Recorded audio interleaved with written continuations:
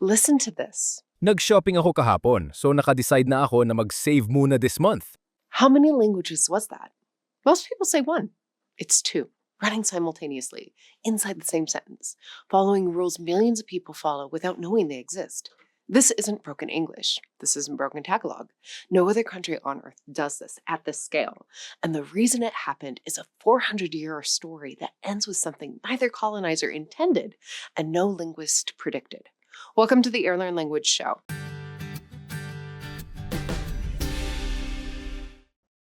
Today, we're pulling Taglish apart, how it works, why it happened, and what it does that no other language mix on Earth does in quite the same way, and what it means for how we think about language itself.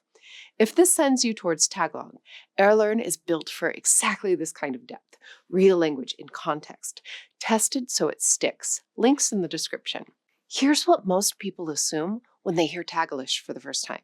That Filipinos are just grabbing whichever word comes to mind, English or Tagalog, filling the gaps when one language runs short. That it's improvised, sloppy. That assumption is wrong, and proving it wrong is what made Taglish one of the most studied code-mixing phenomenon in modern linguistics. The switching follows rules, but the rules are there, consistent across millions of speakers, observable in the patterns of what switches and what doesn't. Tagalog grammar states the particles. These almost never get replaced with English equivalents. The pronouns stay Tagalog. The grammatical scaffolding of the sentence, the structure that holds everything together, defaults to Tagalog. English comes for specific categories. Technical terms, computer, download, deadline. Emotions, and this one is particularly interesting to linguists. Filipinos frequently switch to English to express feelings, like this. I'm feeling it. Or this. I'm embarrassed. The emotional vocabulary runs on English in a way that the structural vocabulary doesn't. And then there's the category that most clearly shows this isn't random. English verbs conjugated with Tagalog grammar. Tagalog uses a system of prefixes and suffixes to mark verb tense, focus, and aspect. When Filipinos incorporate English verbs into Tagalog sentences, they apply that system to the English root. Mag-decide, to decide, with the Tagalog infinitive marker. Nag-decide, decided, past tense, with the Tagalog past marker. Naka-relate, was able to relate. I download mo, download it, with a Tagalog imperative focus marker. An English root, a Tagalog grammatical system operating on it as naturally as if the verb has always been Tagalog.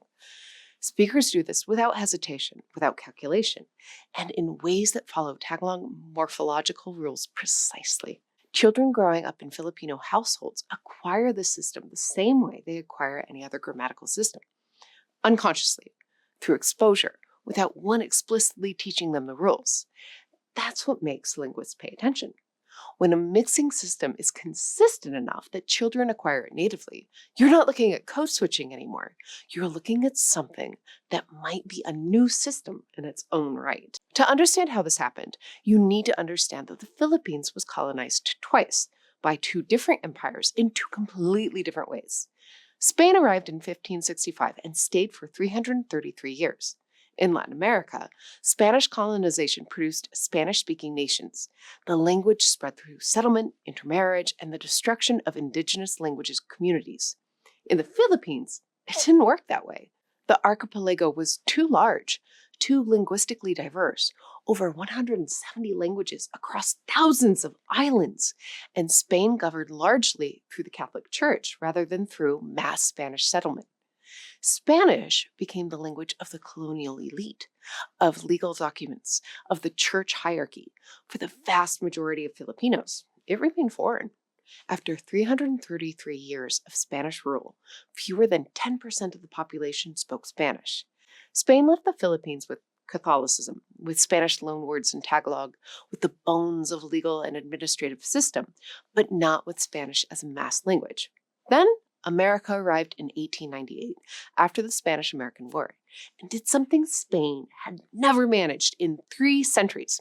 The American colonial government established a public education system across the entire archipelago and made English the medium of instruction from the beginning.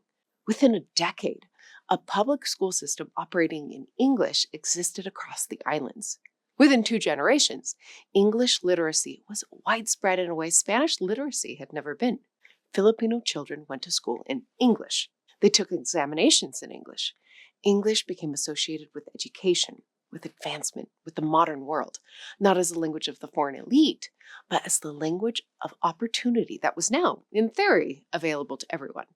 But Tagalog never left. It stayed in homes, in markets, in the language of emotion and intimacy and humor. While children were learning English in classrooms, they were speaking Tagalog everywhere else. English went into their heads as a language of formal knowledge. Tagalog stayed in their hearts as the language of actual life.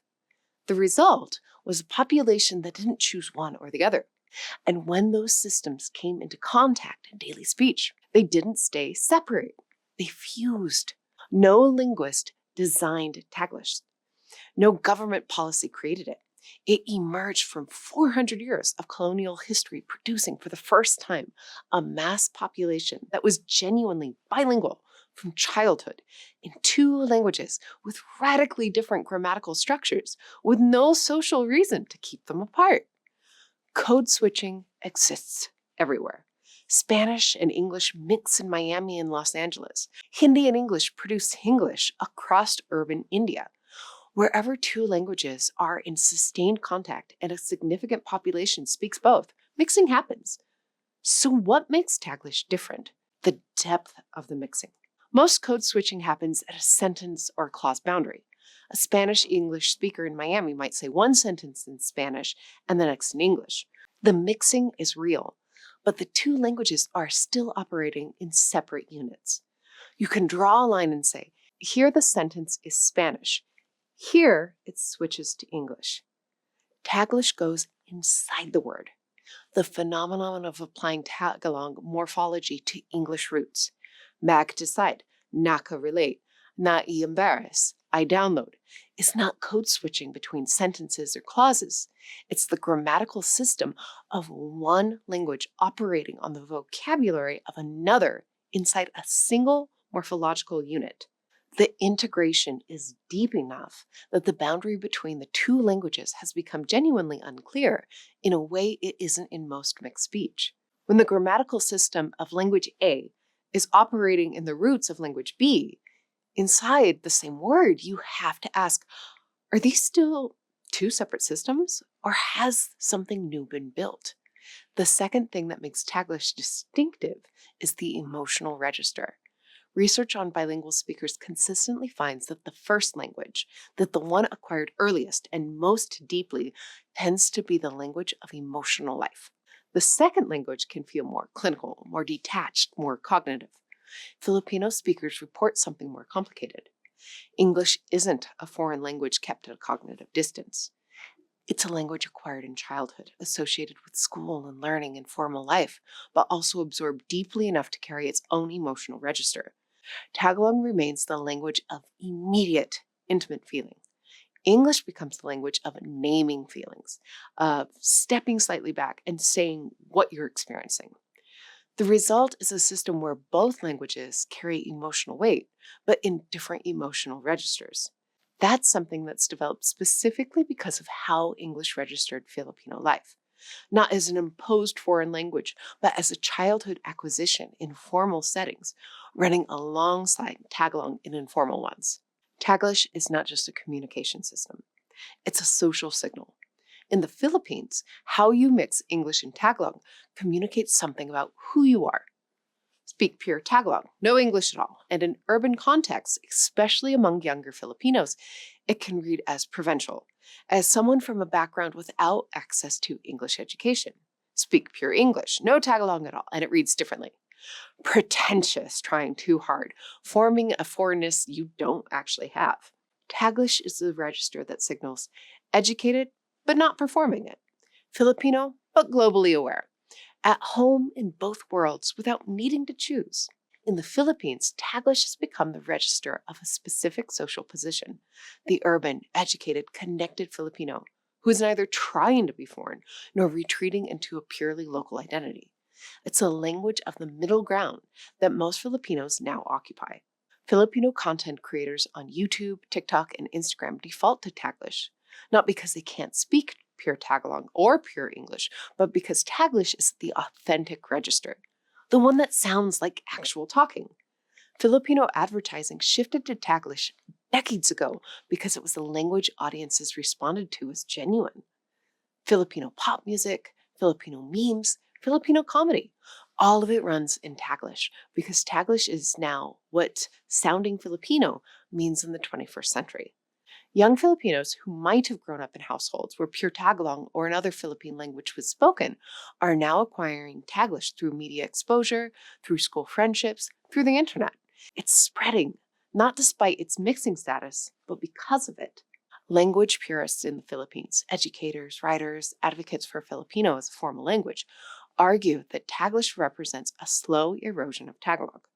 Their concern is specific and not unreasonable. Young Filipinos are losing vocabulary. A generation is growing up that can speak Taglish fluently, but would struggle to conduct a conversation in pure Filipino, the standardized form of Tagalog that is the country's national language. From this perspective, Taglish is not a new language being born. It's an old language being hollowed out, the grammar surviving while the vocabulary gets replaced until eventually what you have is English wearing Tagalog clothes. The counter-argument is equally specific, that this is exactly what languages do. They borrow, they absorb, they change. The Tagalog grammar, the particles, the morphological system, the structural core of the language is not being replaced. What's being replaced is vocabulary, and vocabulary replacement is the most normal thing in the history of human language. The Philippines has over 170 languages. Tagalog is the basis of Filipino, the national language, but it is the mother tongue of only about a quarter of the population. Cebuano speakers in the Visayas, Ilocano speakers in northern Luzon, Hiligaynon speakers in the West Visayas, for all of them, Filipino is a second language and English is third. The imposition of Tagalog as the national language has been a source of regional tension since independence, with non-Tagalog groups arguing that the national language policy privileges one ethnic group over others. Taglish cuts through this tension in an unexpected way. Because Taglish is built on English as much as Tagalog, it functions as a unifying register that doesn't feel like pure Tagalog imposition. Taglish has become, in practice, a lingua franca that works across Philippine linguistic diversity in a way that pure Filipino never quite managed. A language no government designed, that purists distrust, that emerged from colonial history, functioning as the unifying tongue of a country with 170 languages. That's not a story anyone planned. Every other country that was colonized by two empires fought to keep one language or the other. The Philippines didn't fight that fight. Or rather, it fought it and landed somewhere no one expected. Tagalog didn't lose to English. English didn't replace Tagalog. The two languages were acquired simultaneously in childhood for different purposes by the same people. And when those people spoke, the languages fused into something that runs on both at once. What linguists find fascinating about Taglish is what it reveals about the brain. The assumption underlying most language research is that bilingual person has two separate systems, language A and language B, and code switching is the process of moving between them. Taglish challenges that assumption. The brain isn't switching, it's running both simultaneously. What that means for how we understand bilingualism and language itself is still being worked out. 110 million people worked it out already. They did it without the research. They just talked. If this sent you towards any of the languages woven through this story, Airlearn is a great place to start. Links in the description. See you in the next one.